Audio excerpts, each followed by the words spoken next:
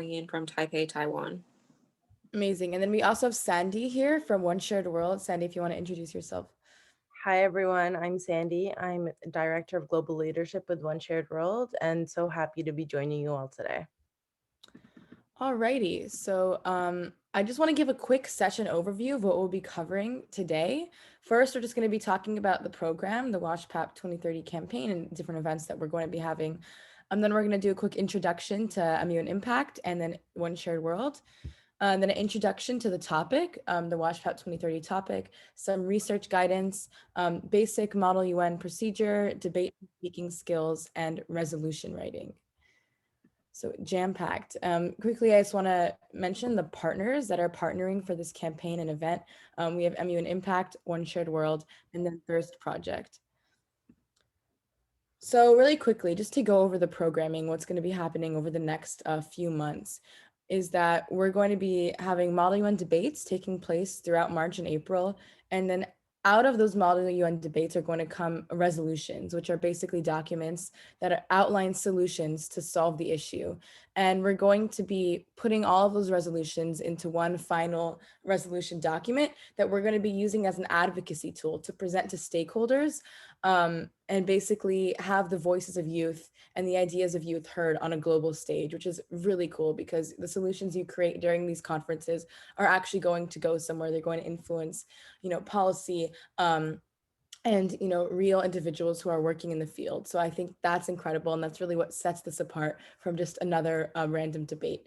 And then we're also going to be having advocacy sessions again to teach everyone how to use advocacy as a tool to get your ideas heard, get your voices heard, and get change made on an international level. And we're hopefully going to be having stakeholders and again, professionals working in the field to help lead these advocacy sessions.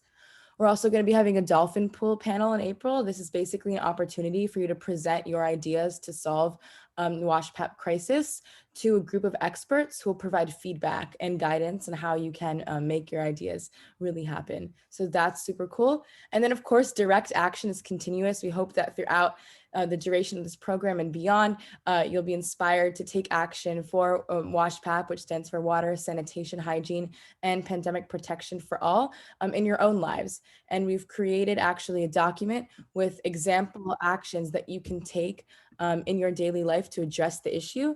So if somebody actually has like the document to share, I don't know if they want to share that in the Zoom now, but I think you can find that probably on our website, and I'll email it out again at some point. So really quickly, this is the debate schedule. Everyone here should already be registered for a debate, but just as a reminder, we're having debate March 20th at 1300 UTC for high school and university students in English. The 21st at 1600 UTC, there's a typo on the slide, but that's for, oh, sorry, there's not a typo. At 6 UTC for high school and university students in Russian. And then March 21st at 1500 UTC for high school and university students in Spanish. And then the 21st at 1600 UTC for high school and university students in English. And then our middle school debates are going to be the next weekend, March 27th and the 29th. And then on April 10th, we're having a French debate at 11 UTC for high school students. So if you want a reminder, feel free to screenshot the slide or take note, but we'll also again send email reminders to everyone based on what you registered for. Sorry. So I just want to give a quick introduction of what MUN Impact is. If you're new to MUN Impact, we are a global community that believes in the power of Model United Nations to inform, inspire, and motivate participants to take action for the UN Sustainable Development Goals. So that's really the core of who we are and what we do. We really encourage people to take direct action in their daily lives to address any of the SDGs. And we also promote education and awareness for the SDGs through various programming, debates, global summits, etc. And we really believe in the collective youth voice and the power of youth to enact change. So our organization is completely youth-led. All of our programs are completely youth-led. And we hope that you'll join this community, even if you are already, a young leader, or if you aspire to be one, and we'll help you get there. So we hope again that after this program, if you're new to MUN Impact, you'll consider joining some of our other events and programs as well down the line. And this is some of our global programs, just to mention. We have a diplomat and ambassador program. Basically, that's our global leadership team focusing on outreach and again, like coordinating all of our programs. We have MUN at Home, which is a 4-week Model UN course, completely free. And we also have that in 4 other languages. We have French, Arabic, Spanish, and Russian. We have our other online debate programs, so Online Model UN, University Online Model UN, and Junior Online Model UN that hold monthly and I think weekly debates. And if you need more information, Ivan and Megan can answer any questions you have. Then we have our 100K Deeds campaign, which is basically our campaign to challenge to reach 100,000 action items for the Sustainable Development Goals worldwide. So if you've done something that addresses one of the SDGs, we hope you'll submit it to that campaign. And you can, again, find more information on our website. We have a club and conference partnership program to recognize groups that have, again, taken action for the SDGs in their, operations. And then we have SDG hubs and 16 by 16 that are kind of entrepreneurship courses and programs to help, teach people how they can create a project to address the sustainable development goals and how to kind of create a business model as well that does that. And then we have our press and social media team that works on promoting all of our programs and ensuring that we have a presence. So feel free to follow our Instagram at MUN Impact. So yeah, that's like a little overview of what we do. And now I'll pass it on to Sandy, who'll talk a bit about our partner in this campaign, One Shared World. Yeah, thanks for that. So One Shared World was created in response to the COVID-19 pandemic. And essentially what it is a broad and inclusive movement of different people working together, including coordinators, people in their professional lives, and everything in between. And essentially to combat the crisis that we face in the world. So we started off with the WASHPAP campaign, which, as you all know, is water, hygiene, sanitation, and pandemic protection. And as I mentioned, we come from across different backgrounds. So we have people all over the world. I myself am from Toronto, Canada. We have people based out of America, based out of the Philippines, based out of Europe. So it's really nice to have the difference in perspectives and diversity really reflect in our organization. Our mission is to just generate an active and global voice to address the mismatch between all people's essential rights and common needs. And so essentially what we believe is we're not as safe as the world's most vulnerable population is. And if we can't help the world's most vulnerable population achieve, accurate and adequate responses to the crisis that we face as a global population, then we will never be safe as a global population. And we have the Global Youth Coalition, which, as you guys already know, is what's really driving this partnership forward. So our GYC is essentially a kind of a chapter system, working with different chapter leaders, leading our different our regional hubs in all these different countries. So if you guys are interested, by all means check it out. But more broadly speaking, we have the GYC, and then we just have the One Shared World community. The GYC is a part of that, which actually just targets youth leaders among different countries and regions if they want to focus on something more local rather than global to address the global needs. But as it states, it's a cultural and cognitive revolution to reimagine interdependence at the core of human identity. What we like to focus on in our activities and our operations are education, collaboration, global action campaigns, and advocacy. And as I mentioned, those pillars, they go beyond the GYC. They kind of are representative of One Shared World as a whole. We kind of focus on these pillars in addressing the crisis that we face, but not only addressing them, bringing awareness to them and trying to work through effective solutions. Awesome. And Sandy, if you could drop your email in the chat, maybe people can reach out to you if they have any questions about how to get involved.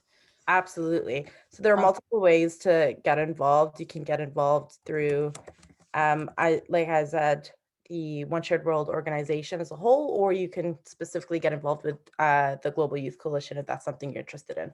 I'll leave my email down below. Awesome. Thank you so much. So, Sandy, if you could drop your email in the chat, maybe people can reach out to you if they have any questions about how to get involved. Absolutely. So there are multiple ways to get involved. You can get involved through, like I said, the One Shared World organization as a whole, or you can specifically get involved with the Global Youth Coalition if that's something you're interested in. I'll leave my email down below. Awesome. Thank you so much. I'm gonna skip the video just because of time constraints. But basically, MUN Impact and One Shared World came together over a set of shared values, and that's how this partnership was born.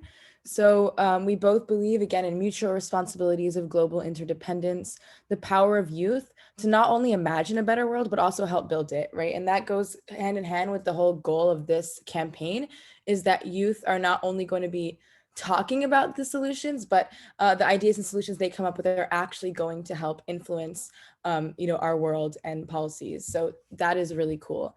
The importance of international cooperation. Again, like we're going to promote diplomacy. These debates are completely non-competitive, and we really just want to promote, again, cooperation between people from all over the world. Ensuring that the Sustainable Development Goals will be realized by 2030. So again, if you're not familiar, these are the UN's 17 agenda items that they've set for the world to reach by 2030, ranging everywhere from climate action to no poverty, zero hunger, gender equality. Basically, every global issue is addressed in one of the SDGs. Also, holding governments accountable for their commitments to the SDGs is very important, and that's something we'll be addressing during the advocacy sessions. So how can you know if your government is doing what it said it would do to address the Sustainable Development Goals, and how can we ensure and put pressure on your governments to actually reach these commitments? And then lastly, the need for common solutions to shared global problems. And I think the pandemic really highlighted this, that there's no global issue that doesn't affect everyone in some way. We all share this world, and that being said, we need to come up with solutions that work for everyone. So now I guess we'll transition into the topic. This is the topic that's going to be addressed through our debates, through our advocacy, throughout the entirety of the program.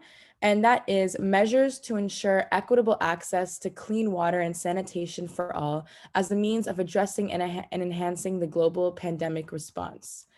And that goes hand in hand with our hashtag WASHPAP 2030, which stands for Water, Sanitation, Hygiene, and Pandemic Protection for All by 2030. So that's what we are working towards. So here we have a little introduction to the topic. So for quite some time, people have been advocating for increased access to water and sanitation, as well as pandemic protection, right? These are not new issues, but neither have been sufficiently achieved. Right, as of now, we know that a lot of people in the world don't have access to pandemic protection, and a lot of people also don't have access to water and sanitation. So these, again, are still really relevant issues, even though we've been trying to come up with solutions for a very long time. And what's interesting is that these haven't been explicitly linked in the past. There hasn't really been a campaign that addresses the intersectionality of water and sanitation and pandemics. But COVID really taught us that they are interconnected, because people who didn't have access to water and sanitation were also experiencing exacerbated effects from the pandemic, and vice versa as well. So an important note also that One Shared World and we like to emphasize is that ensuring WASHPAP is not charity, but rather insurance, right? It's in the best interest of every nation worldwide to want to ensure that all citizens have access to water, sanitation, hygiene, and pandemic protection, because again, it's an issue that influences all of us. So even though you think that maybe you're not directly affected, you are in some way, and it's not like charity to ensure this for everyone. It's a smart investment for the global community. And One Shared World is actually the first organization to officially link WASH and PAP together. So WASH was already like a UN initiative to address water and sanitation and hygiene. And of course, there's also initiatives to address pandemics, but One Shared World took those two ideas and combined them to create a more powerful message and a more powerful initiative. So I quickly want to touch on WASHPAP and the SDGs. So again, if you're not familiar with the SDGs, this is really the core of MUN Impact and what we do. We try to promote action for the goals. And I want to touch on how WASHPAP is related to the Sustainable Development Goals. So the WASH part of WASHPAP, water, sanitation, and hygiene, it connects to Sustainable Development Goal 6, which is clean water and sanitation. And then PAP, pandemic protection, falls under SDG 3, good health and well-being, specifically target 3.3. So the SDGs are split into smaller targets that address more specific aspects of each issue. And that really helps us hone in and enables us to collect data and statistics on the world's progress in regards to these issues. And it also can help when you're doing like a Maldivian debate, let's say, or you're trying to plan a program or a project to address one of the goals, to narrow down your focus and really, get a detailed initiative going.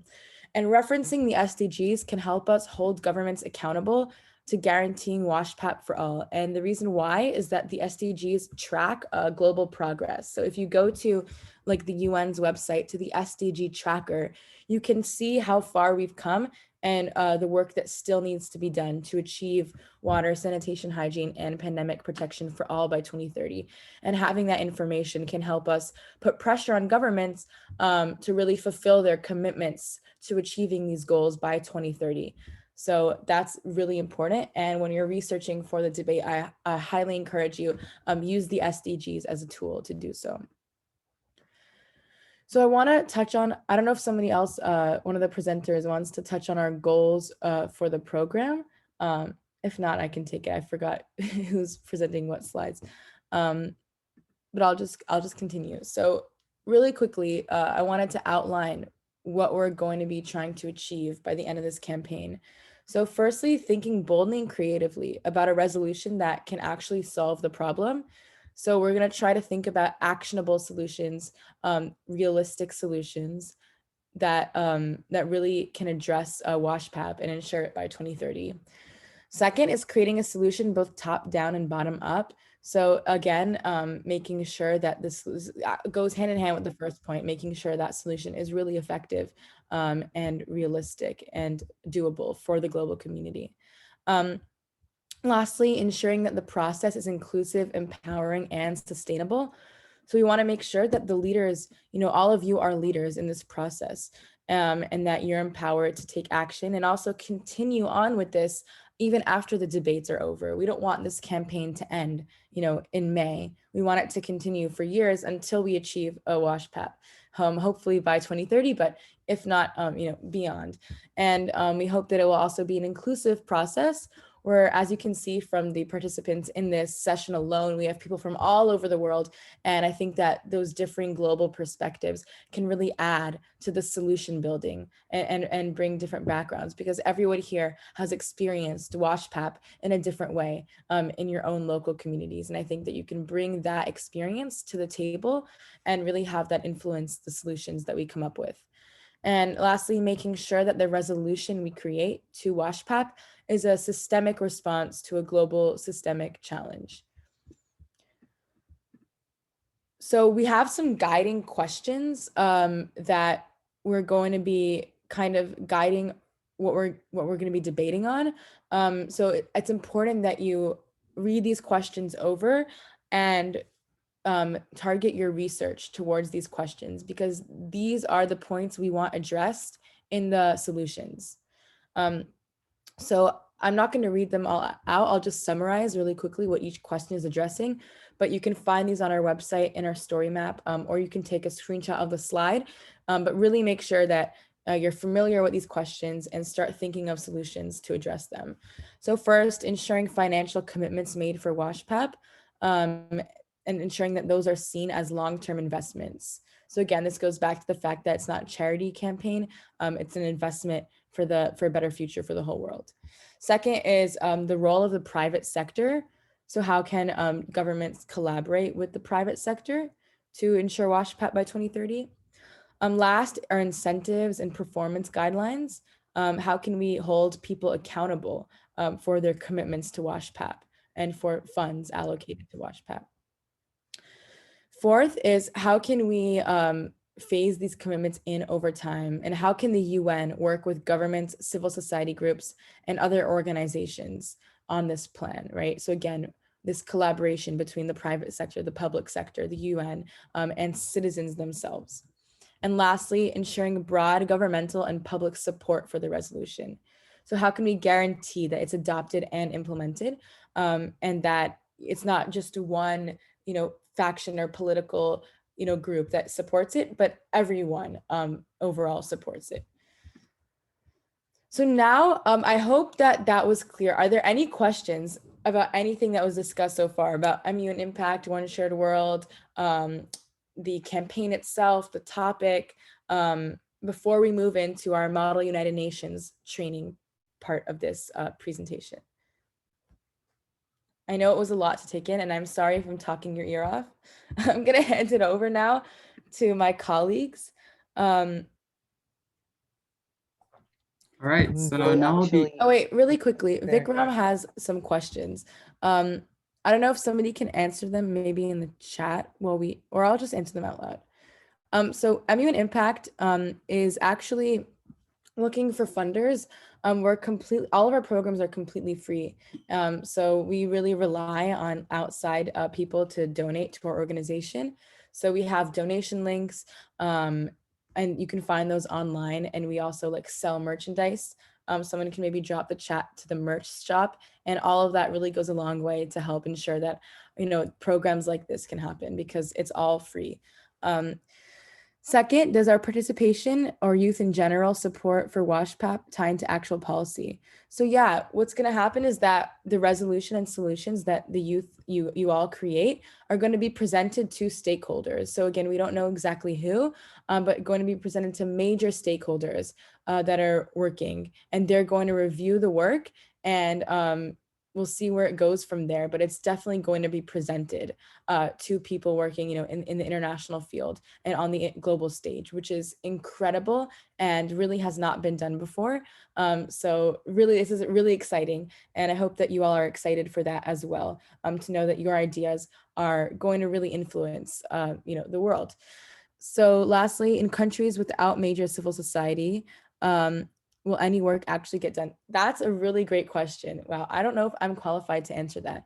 But I think that you can, it really is, citizens really can put pressure on their governments, but the international community does have a role in pressuring, again, these countries to hold them accountable. And I think that it's possible that work can get done. And I hope that your solutions can possibly address this issue. So I encourage you to look more into that.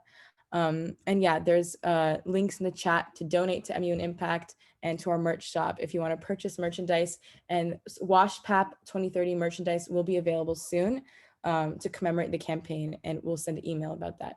But now I'll pass it on over to my colleagues to do a little training on how to succeed in a Model United Nations debate, which will take place again starting next week. All right, so now I'll be talking about what is Model United Nations. Model United Nations is an academic simulation of the United Nations, hence the name Model United Nations. Delegates like you come together to attempt to solve real-world problems under the policies of their assigned nations. So each delegate will be representing a country. And in our case of WASHPAP, we'll be talking about access to clean water and sanitation, as well as pandemic response. And the end result is a resolution adopted by the committee addressing the assigned topic. Now I'll be handing over to Mustafa, who'll be talking more about the basic Model UN rules of procedure.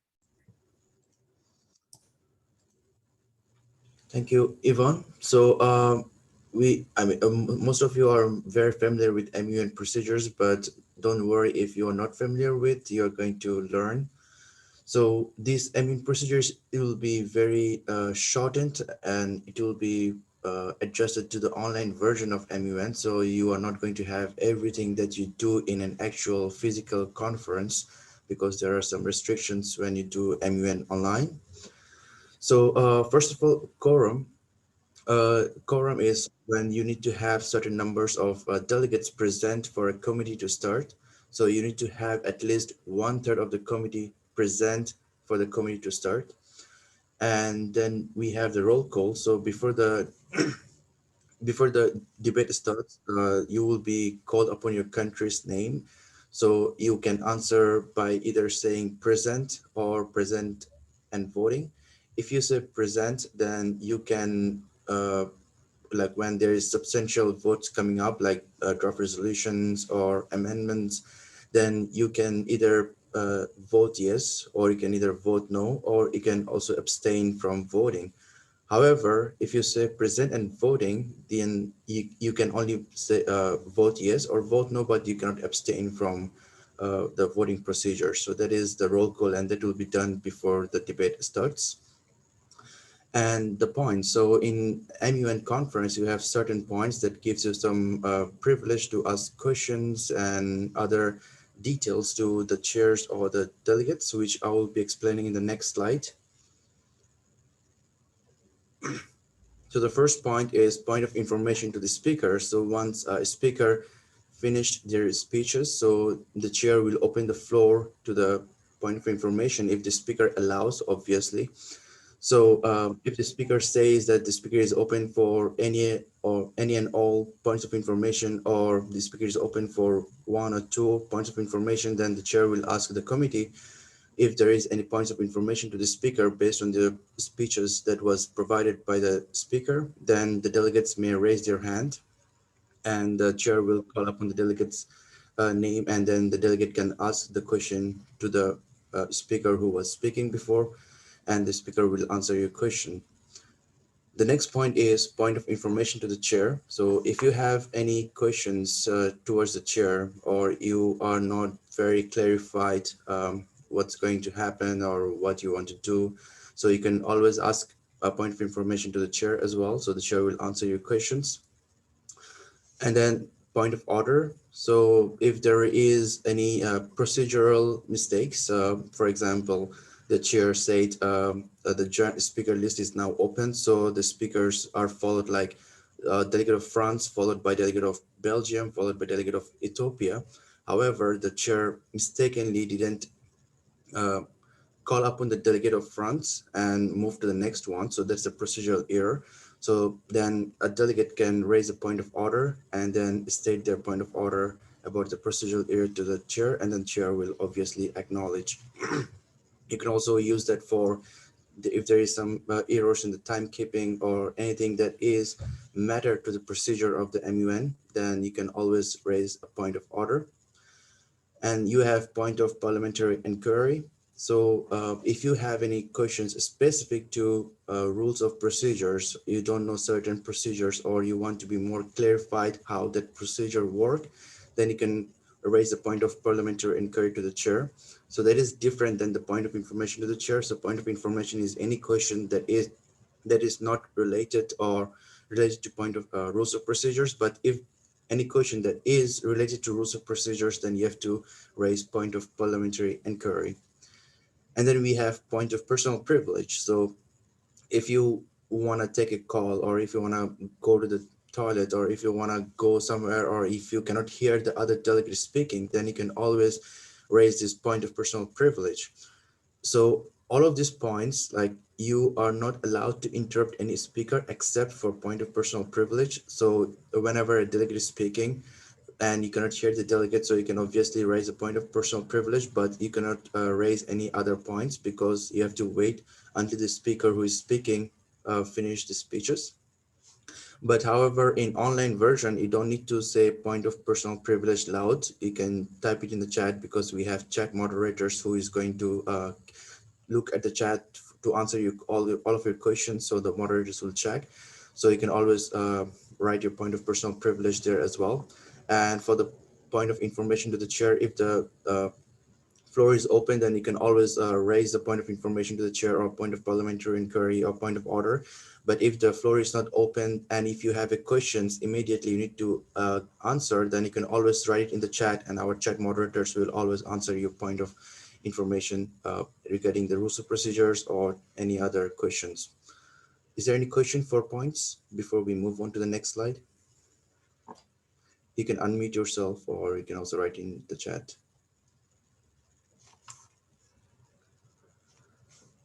All right, so seeing no other question, moving to the next slide. So there is, you can yield your remaining time in certain ways. So for example, you have been delegated, you have the 90 seconds to speak, and then you finish your speech within 60 seconds. So you still have 30 seconds remaining. So you can always yield the remaining time to another delegate, but you have to make sure that you have already talked with the delegate that you are going to yield the time to the delegate. You just cannot randomly delegate time to another delegate, because the delegate needs to accept that, yes, the delegate needs to have more time. So that is more useful when after the opening speeches, when you are working in let's say resolution, then or when you form a blog. So that's more useful, because like, let's say one of the country in your blog has something more to add, and that delegate needs more time. So you can always yield the remaining time to the next delegate, but always talk with the delegate. And it's always nice to take the permission of the delegate whether you want to yield the time to another delegate. And if you don't want to yield the time to the delegate, then you can always yield the time back to the chair. So the remaining time you can yield it to the chair, and then you can finish your speech. So these are the two ways you can yield the remaining time you have when you're providing a speech. Is there any question? All right, seeing no question, the next presenter, I'm not sure who. That's me. Thank you, Mustafa. So I'm going to be talking briefly about opening speeches. So what opening speeches are basically a short speech that establishes yourself and your position in the committee. So it happens right after a roll call and right before debate starts, and the chair will allow all delegates to make opening speeches. They should be shorter than 1 minute, or exactly 1 minute, and they should cover the issues in the committee and which issue you'll be focusing on, and also introduce your country and its stances and policy, and propose potential solutions. So the goal of the speech is to convince other countries to work with you and to sound credible. So you should open yourself up to becoming allies with other countries, and you should also use your opening speech, and by listening to others' opening speeches, you can determine which countries you want to ally with and which ones you don't want to. As for how to make opening speeches, there are 3 essential components to an opening speech. So you have the introduction, 2 essential questions, and a conclusion. So the introduction it should be attention grabbing, and because you want your delegates to immediately be listening to you, and they'll be listening to the rest of your speech. So this can be a shocking statistic, a scenario, an anecdote, humor, quote. But if one note about the humor, please make sure that it's appropriate to the committee, especially if the topic is a very serious one. Then basically remember to be mindful of the gravity of the issues that are being debated. As for the essential questions, when you're writing your speech, you should keep this in mind. What is your country's stance? Why should other delegates listen to you? And what solutions do you have to offer? So if you answer all those 3 questions in your speech, then you will have a successful opening speech. And your closing, you can reference back to your hook, call to action, invite delegates to work with you, or another quote.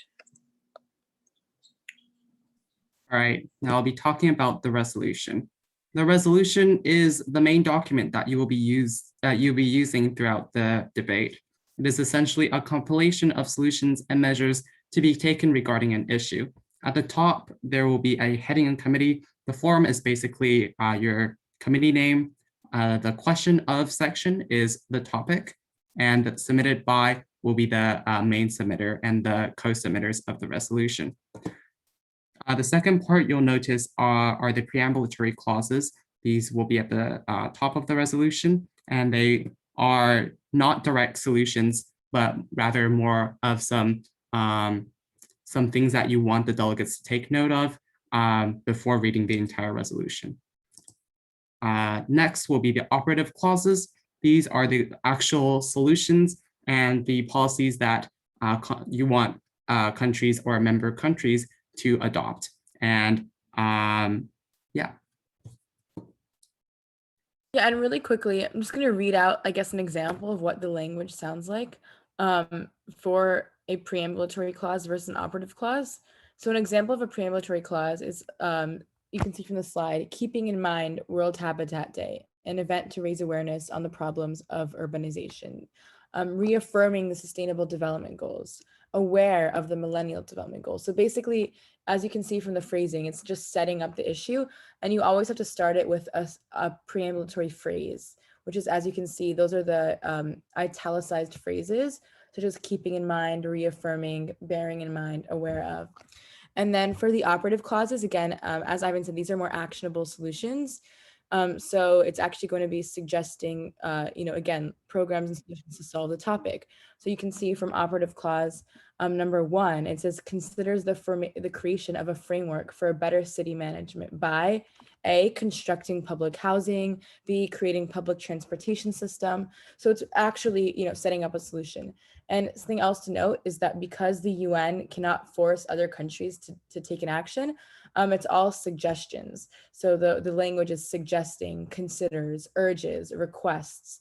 That's the language that you have to use because of respecting national sovereignty. So I don't know if anyone else has anything to add also on that.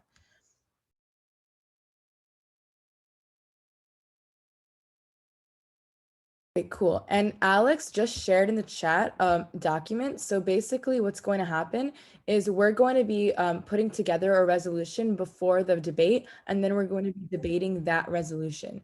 So I encourage everyone to submit clauses to that resolution. So basically you can write one of the clauses like you see on this document. Take your solution, write it into an operative clause, as you can see from, again, the example, and then submit that using the form that we just shared in the chat.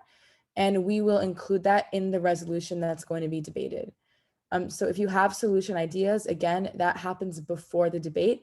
You write your clause, submit that to the form. We will put it together into a larger document, and that's what we will debate. And if you need any help coming up with a clause for a resolution, and you need more help with the format, please do not hesitate to reach out to any of us, and we're more than happy to help guide you and provide feedback. So if you have something and you're not sure if it's good or if it fits the format, send it to us. We'll be happy to help you make sure that it can be submitted as part of the resolution. So that concludes our Model UN training portion. There are some additional resources that you can all use. Our WASHPAP 2030 story map is a great resource for an introduction to the topic. And I encourage everyone to read that before the debate, because that will go over the guiding questions, our goals, and the framing, of the campaign. So I think we shared that in the chat already, but you can also find that on our WASHPAP 2030 webpage. So again, if somebody could drop that link, that would be really helpful. You can also use the SDG tracker on the UN's SDG website to get more information on, again, the topic. Model UN rules of procedure guides.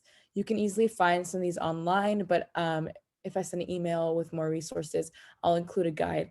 And if you want more information on, again, Model UN skills, you can always visit bestdelegate.com, and they provide great training advice if you're unsure about anything. So now we're going to move on to the portion of this training where we talk about virtual debate procedures, because again, it's a little different than an in-person debate, and there are some specific guidelines that we need to mention. So Alex, I hand it over to you. Thank you, Zoe. So I'm going to present about the virtual debate procedures.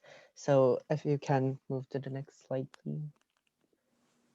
Yeah, so if you log in, as you just see in your screen, the Zoom looks like this. We want to make our debates fluent as possible, so please test your audio before you enter our Zoom. Or if you're inside a waiting room, you can still have an option of checking your audio. And even when you have to join our Zoom, you could even check your audio by clicking on that upper button on what the arrow is pointing at. And you could basically have an option of check your audio and check your sounds. And other than that, we highly encourage everyone to turn on the video so that we could have interactive debates, just like in-person debates. But this is not mandatory. However, we kind of prefer to have everyone having a camera on. Yep. So when you have a troubleshooting with your audio, then if you click on that button that the arrow pointed, you will get these options as you can see in the screen. And generally, we recommend to use a same as system function because that's generally what works best for all delegates. And if it doesn't work, then what you could do is that go to audio settings on the lowest option, and then the page on the right side will pop out that you could adjust your audio and videos. Moving on to buttons and chats. If you click on the button participants and chat, then the same page will pop out. In the participants list, you have a raise hand function, yes, no function available. So if you want to raise hand, basically raising a placard, then you could click on the raise hand function inside a Zoom participants list. And if you are willing, during the voting procedure, if you want to vote for yes, then click yes button. And then when you're against, click no button. And then if you want to abstain, you could just remain without any button clicking on it. And moving on to a chat function, if you can go to, when you go to a chat, there's available option for a private chat. So by using that chat function, you could basically talk with other delegates or ask them requests to somebody else, especially for moderators or chairs. You could send them individual direct messages, and we welcome those messages. Yeah, so if you don't have any buttons, then as you can see, we have a reaction button in Zoom. So just to make sure that chairs do not get confused, we have like a clear idea of which button to use for which situation. So if you want to raise hand, please click on the thumbs up button on the reaction button. And if you're for this amendment or the resolution or whatever it is, please click on the red hot reaction. And if it's you're against, then click on that Tara button, which is what I'm just putting it up just for a clarity. And for abstain, you don't need to put up any reaction, same as the button.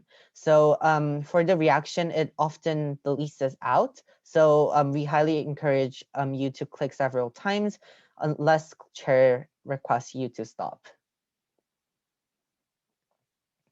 Yeah, so moving on to a viewing aspect, we highly encourage you to use a split screen, which is a dual screen. And if you have a dual monitor, you could use that because you can see both resolutions and also the Zoom. So although the chair will screen share the resolution, and while the main submitter of that resolution will read through it, we highly encourage all of you to have like a dual split screen so that you could have a sense of which part we are talking about, and then you could actually redirect you inside the resolution. Yeah, so this is all for a Zoom deck information, and I will move on to a certification information because there were lots of questions regarding a certificate.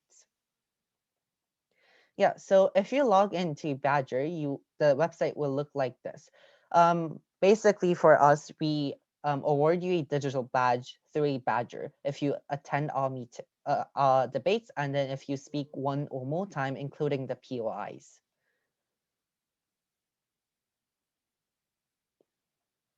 Yep. So if you want to link on to your LinkedIn page or to other platform, there is an option of what to do.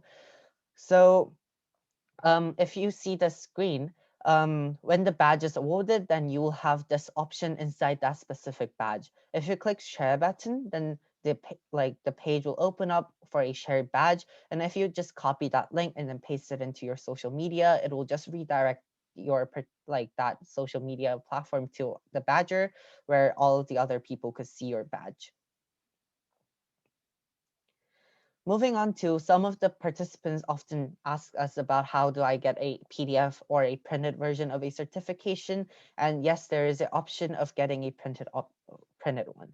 So if you click on the print certificate button, then you will get a page open up as a print certificate. And in that you could select your color that you prefer so that you have more customized certificate along with our logo and along with your full name with your email embedded inside. And you could download it as a PDF version and also actually physically print it out. And that concludes our presentation and our training. I know this was a lot of information. We're going to be sending out recordings and the PDF version of the slides so you can review it in your own time. But I want to open the floor up for any questions on anything that's been discussed. Feel free to just unmute yourself or put it in the chat or raise your hand. Hi, I would like to ask, how long will the debate be going on for next weekend? So the debates are usually about 90 minutes, so an hour and a half in total for the entire debate. Okay, thank you. Yeah, no worries.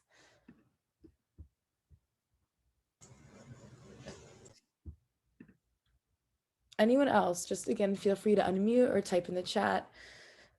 Or if you think of a question later on, we can answer it over email. So you can send us an email. Yeah, Alex has something else he wants to mention quickly.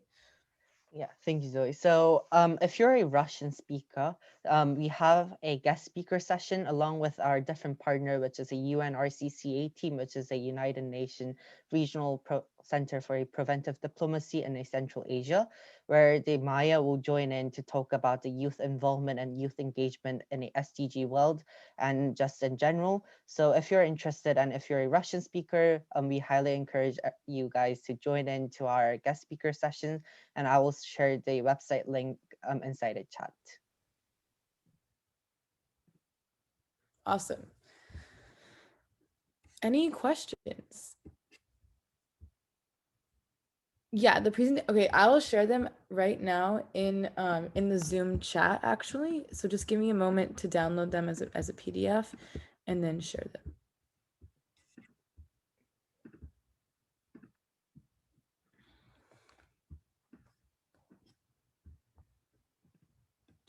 The main points of the resolution. Yeah, does somebody, while I just download this, does somebody want to cover the resolution again? Maybe share an example.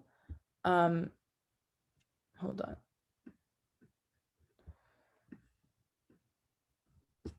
I'll actually pull up an example resolution and we can walk through it one more time.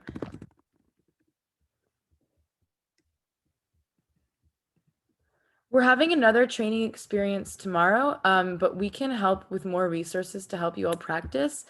So yeah, we have a lot of other resources, and we can even maybe, I'm trying to think if we could, I don't know if we have time to do like a practice debate, but maybe after tomorrow's training session, we can again run through some more practice on how, I don't know if Megan or Ivan has any other ideas on how we can help new delegates.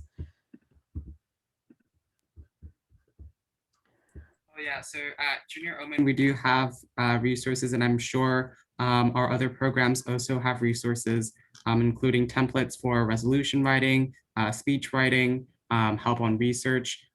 These should be all accessible to delegates who have registered. Yeah, and I'll send an email with a bunch of resources out soon, and maybe even some videos as well, explaining more. But right here, I just wanted to address a question from somebody on resolution writing and share a full example of a resolution and what it looks like. So the topic for this resolution was protecting and restoring water-related ecosystems. So the first thing you're going to have is, again, the preambulatory clauses. This is like the introductory paragraph. Think of it like you're writing an essay and it's the introductory paragraph. So it's just setting up the issue, right? What's happening right now? What's the current situation? So you're going to write clauses that sound like this: noting with deep concern that 390 billion tons of ice are melting each year, right? So it's just facts and statistics to set it up. These are not original solutions. Then we scroll down to the operative clauses, which are the actual solutions that you yourself are going to come up with to address the issue. And this is how we kind of the format of writing a clause. So we start with an operative phrase, which again is something like endorses, suggests, urges, requests, encourages the establishment of, a phrase like that. And I will send out a list of all of those phrases that you can just tack on to the beginning of your clause. And you can add subclauses and subclauses to add more detail. So you can see the main clause says endorses member states to stabilize water cycle and prevent unnecessary consequences by, and then you have more details. So A is framing laws that state, and then you have more details on what those laws state. So framing laws that state machines and automobiles should be sold at a particular number, only a particular amount of carbon emissions may be emitted, etc. Scrolling down here, some more examples. So this solution is urging all member states to conserve and restore Mesopotamian marshes. So again, another solution that someone wrote. Scrolling down, this clause says calls upon MEDCs to station water detectors in oceans, seas, rivers, and freshwater lakes to mitigate the effects of contamination incidents on the ecosystem and surrounding populace. So that's like a shorter clause. than the others, but still very effective. I don't know if anyone else has anything they want to add on resolutions or tips and tricks to help people. And if you want, we can attach a sample resolution. Again, I also can send that in the email so you know exactly what to do and how to write it. Oh yeah, Mustafa just shared more training materials for THIMUN that you can access and have open while you're debating as well. And you can also find a template. So we can share a resolution writing template in an email that will go out with the link to upload your clauses. So remember, you have the opportunity to write a clause, just like one of these clauses right here, and submit that before the debate so we can include it in the resolution. And again, if you are not sure if your clause is, like good enough or the right format, send it to us and we will be happy to provide feedback on that. But yeah, I'll send out a bunch of resources following our second training, which is taking place tomorrow. It's going to be covering the same information. If you want to come again, feel free, but it's going to be the same presentation that we just ran through now. So I'll stop sharing that. And again, we'll attach all of these resources. I know it's quite confusing the first time to get introduced to all of this Model UN jargon and procedures. The best way to really get the hang of Model UN is to go to a debate and see for yourself and participate. That's really just the best way to learn. And, when I first learned Model UN, I had no idea what was going on until I went to a debate and kind of saw it all play out. And again, we are going to have cheerleaders and mentors in the debate rooms to help encourage everyone to participate and to provide advice and feedback while the debate is happening. So really no need to be nervous. We're here for you to help you learn and understand the topic and put yourselves out there. And we really encourage everyone to try to speak at least once. And we have people again in the room that can help you, make sure your speech, is good and give you advice while we're in the debate. Oh yeah, voting procedure. Does somebody want to talk about voting procedure very quickly? Alex, do you want to go? Yeah, okay, I could touch upon the voting procedures. So for us, as you saw on our Zoom deck information, when you click on the participants list, you can find a yes and no function available. So the chair will basically ask you ask the committee to vote about this resolution, vote about this clause or whatever that should be discussed and voted. Then if you're for this amendment or the clause or resolution, you just click yes button. And if you're against, click no button in a participants list. And in some case, due to Zoom settings, there might not be that option available. If that's the case for you, please click on the reaction button and follow our guidelines that is indicated inside the our presentation. Thanks, Alex. And another delegate asked about finding information about countries' actions concerning the topic. So maybe we can quickly touch on research skills and how to find this information. So again, does somebody want to quickly touch on that? And actually, I can see if I have a presentation to share. Well, so if you want to start researching, so first of all, what you can do is you can go to the UN documentation. So they have all the documents regarding all the statement provided by the Secretary General, the presidents, and every committee. You can find all the documents, and you can see where the topic of discussion regarding the clean water happened, the topic of discussion of pandemic happened. So you can always go to the documentation, find all the documents, and then you can also go to the UN resources where you are going to find all the past resolution, and then you can always check which committee they had this topic been discussed, and then you can always find those things as well. So you can always check, because if your country will be present always in the meeting, because your country is a part of the UN, so you can see what your country has been discussed, what the committee has discussed, and what past solution has been adopted before, and what more changes you can make to the solution to make it more feasible from your own behalf. And you can also go to SDG tracker and then see how much that goal has been accomplished, and which region that goal has been accomplished, and which region is lacking behind or is still have so much to do. And always go to your country's foreign policy website or look home affairs website. Always visit like what your country is doing, for example, like about the clean water. So which department of your country's government is involved with clean water, involved with pandemic, for example. Visit the medical government health, public health website, and you will already find the information what your country is doing in regards of public health, what your country is doing in regards of clean water and sanitation and hygiene. So you can always find those reliable information from those government website as well. And there are some news sources as well, like reliable news sources you can use.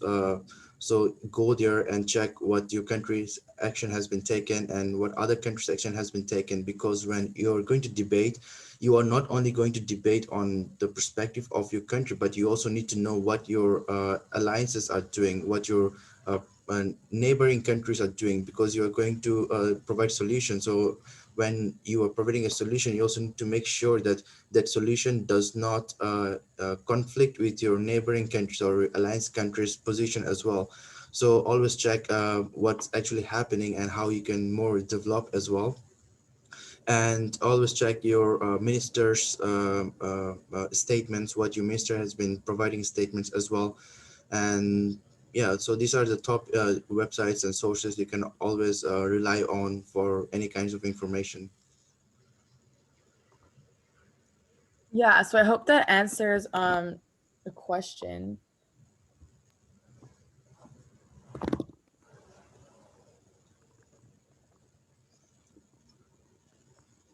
Well, there are some other questions in the chat. If you check. You can submit more than one operative clause. That's totally okay. Yeah, we encourage that. We can't guarantee how many of your clauses will be included in the resolution based on how many other people submit, but we definitely encourage you to submit more than one. To us, yeah, that's great. Will any diplomats from the UN be observing the debate? So the debate itself, no, but the resolutions that are produced after the debate, we'll have the opportunity to, again, as I said before, present those to stakeholders. Again, I don't know exactly who those stakeholders are at the moment. We're still finalizing that because, again, these important people have a lot on their plates. They're super busy. So we will get that information to you as soon as possible. But you'll have the opportunity to engage again with stakeholders after the debate and present the resolutions to them. So that will happen after the debate itself, and there will be sessions for that.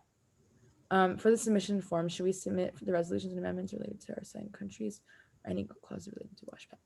Yeah, so the clauses you should submit to the forms should be clauses that are related to WASHPAP, so that create a solution for WASHPAP from the point of view of your country. What that means is that it's a solution that your country would support in real life. So based on your country's policy, what kinds of solutions can you outline that address WASHPAP? So it's kind of combining your own ideas with, again, your country's stance.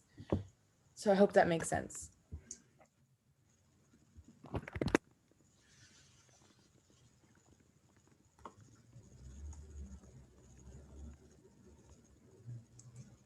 Any more questions? I'm happy to answer any questions you guys may have on One Shared World or the Global Youth Coalition as well.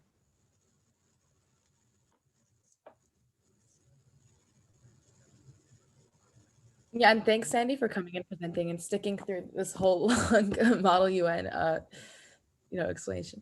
No, it was definitely interesting, and I cannot wait to see all of you guys debate and come up with this resolution and hopefully get everybody else to implement it in the long term.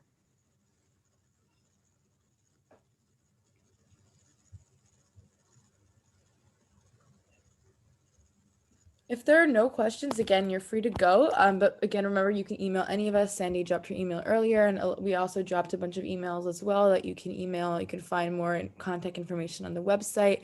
And then we will, whatchamacallit, we will email you again more resources very soon. And Vikram says he wants, okay.